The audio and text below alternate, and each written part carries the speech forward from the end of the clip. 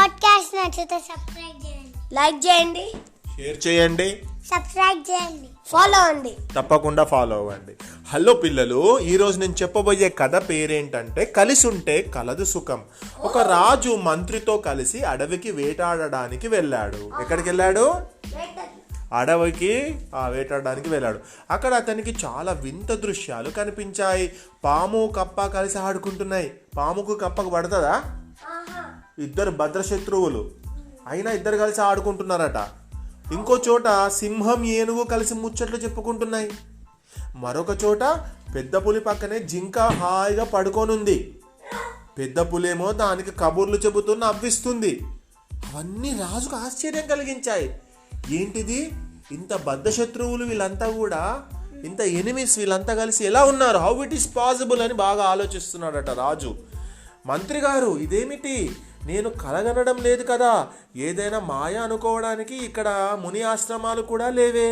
ఇలా జాతి వైరం మరచి ఇవన్నీ ఇలా ప్రవర్తించడం ఏమిటి అని ప్రశ్నించాడు. అప్పుడు మంత్రి కూడా ఆశ్చర్యపోయి, ఏమో మహారాజా, నాకు కూడా ఏమీ అర్థం కావడం లేదు. సింహాన్ని చూసి పారిపోయే ఏనుగు కూడా దాంతో ముచ్చట్లు చెప్పుకుంటూ ఉండడం చాలా వింతగా ఉంది. నాకు ఆశ్చర్యంగా ఉంది. దీని మర్మం మునీశ్వరులు ఎవరికైనా తెలిసి ఉంటుంది.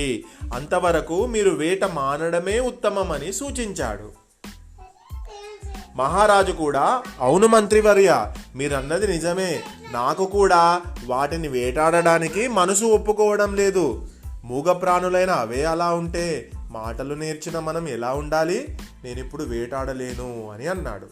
అయితే మనం రాజ్యానికి తిరిగి వెళ్దాం పదండి మహారాజా అని మంత్రి సూచించాడు. రాజు అందుకు అంగీకరించాడు. ఇద్దరు గుర్రాలపై అంటూ తిరుగు ప్రయాణం అయ్యారు. ఒకరోజు ఆ రాజ్యానికి ఒక మునీశ్వరుడు అనుకోకుండా వచ్చాడు. అప్పుడు రాజు ఆయనకు ఆతిథ్యం ఇచ్చి, మునీశ్వర, నేను వేటాడడానికి ఒక అడవికి వెళితే అక్కడ జంతువులతో పాటు అన్ని ప్రాణులు కూడా ఎంతో ఫ్రెండ్లీగా కలిసిమెలిసి ఉంటున్నాయి. ఆ అడవిలో మీ మునుల ఆశ్రమాలు కూడా ఏమీ లేవు. ఇది చాలా విచిత్రంగా ఉంది. అందుకు కారణాలు ఏమిటి చెప్తారా అని అడిగాడు. అప్పుడు ఆ ముని, మహారాజా, అడవి పరిసరాలను చూడకుండా నేనేమి చెప్పలేను. కాబట్టి నేను మంత్రి గారు కలిసి ఒకసారి మీరు వెళ్ళినటువంటి ఆ అడవికి వెళ్ళి మీరు చెప్పిన మాట నిజమో కాదో చూద్దామని అన్నాడు. అప్పుడు కానీ నేను మీరు అడిగిన ప్రశ్నకు సమాధానం చెప్పలేను అని అన్నాడు.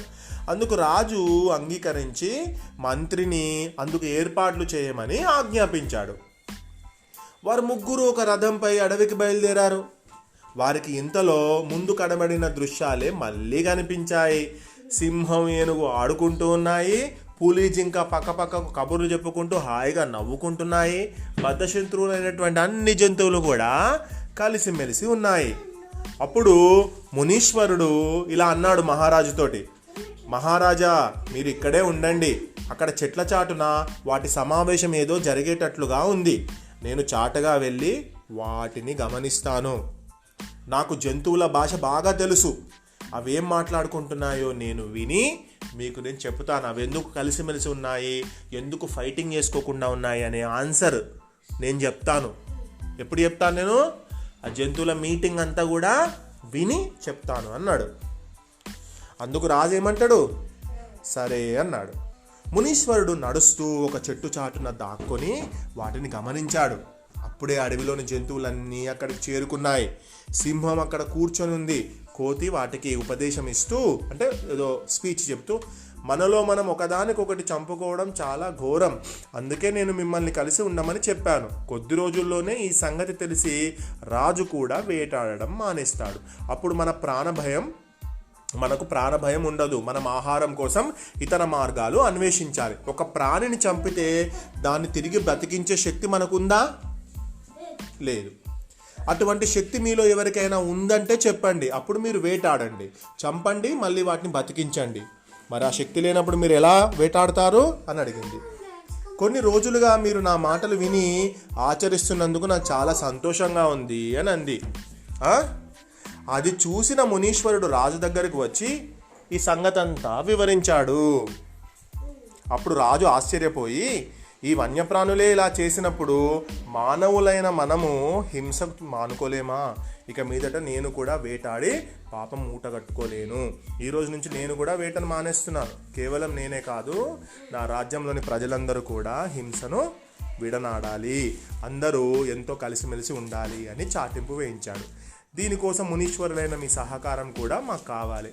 మీ వంటి వారు ఎన్నో మంచి మంచి విషయాలు ప్రజలకు చెప్తే వాళ్ళు వింటారు. రాజుగా నేను కూడా ఆజ్ఞనిస్తున్నాను, ఎవరు కూడా జంతువులను చంపవద్దు అని చెప్పాడు. రాజాజ్ఞ కాబట్టి ప్రజలు కూడా ఖచ్చితంగా పాటించారు. ఇంతటి చక్కటి కథను రాసిన వారు చిన్న రామకృష్ణయ్య గారు.